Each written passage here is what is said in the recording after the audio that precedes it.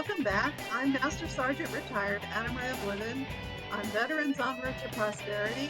And in our studio today, our virtual studio, we have Gabriella. And Gab has been telling us about the use of social media to build credibility. Let's talk Right. some more about that. As a job seeker, you definitely need to be credible. hmm So let me suggest that in today's society, when you're looking for a job, very, very often people have a LinkedIn account.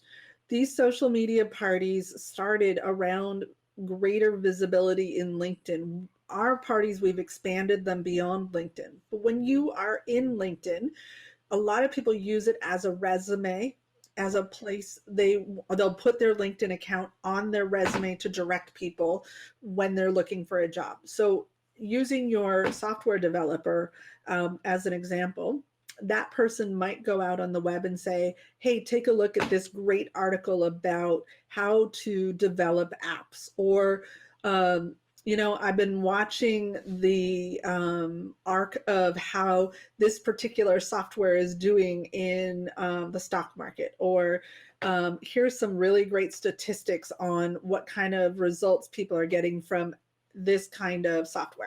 And by doing that kind of content, you're positioning yourself as somebody who's knowledgeable and creating that space of expertise. But none of that really does a lot of good for you if people aren't seeing your content.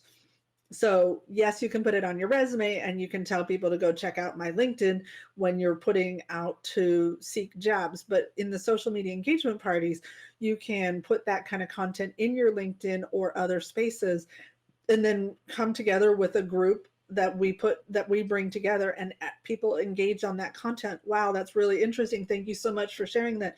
I never knew that kind of information, etc. So now when that person is coming and looking at your content in social media, they're seeing that other people are interested in what you have to say. And now you can continue to grow your position as an expert, as an influencer, as somebody who's knowledgeable. The more engagement you have on that content, the greater the perception of credibility that you have. Right. And when you're competing for a job position, especially in the industry of software development, this becomes crucial. Yes. And this concept doesn't have to be only for software development. It can be for virtually any kind of position that you're trying to apply for. And here's another thing. A lot of veterans, even when they have a regular 9-to-5 job, have something that they're doing on the side. It's very common to find some sort of product that they really, really like, health and wellness.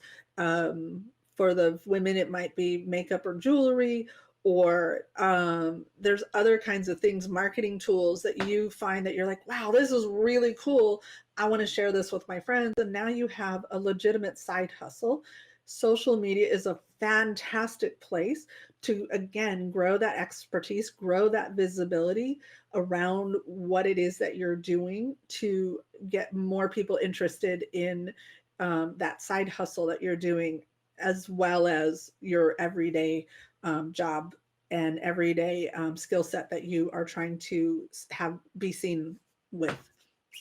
I'm really glad you mentioned that, because there's a lot of folks that are, let's just face it, underemployed.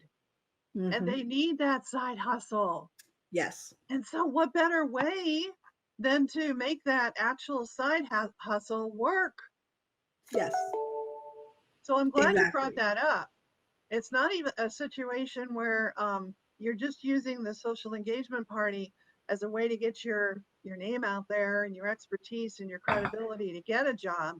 But even beyond that, you could use it as a way to get folks to understand that you're there and your side hustle is there to supplement your income. Absolutely. Absolutely.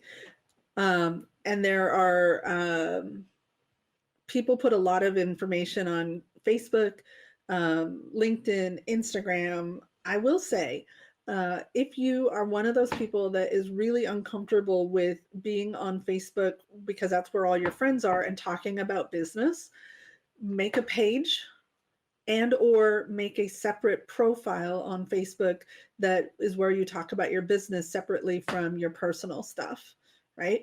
We talk about Yes. don't yeah, we talk about don't share politics, don't talk about religion, don't talk about sex, don't talk about polarizing topics um, when you're doing business. So when I have any kind of conversation related to those topics, or like I have a kid who I don't share very often on my public business profile. I have a personal friends based profile when I want to share pictures of my kid or when I want to talk about any of those other topics. And in my business profile, I keep it to almost entirely business related things or things that I'm comfortable that it doesn't matter who sees it. Right. Now, you know what?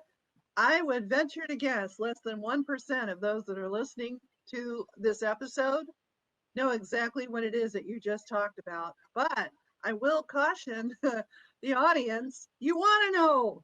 You've got to know. So Deb teaches.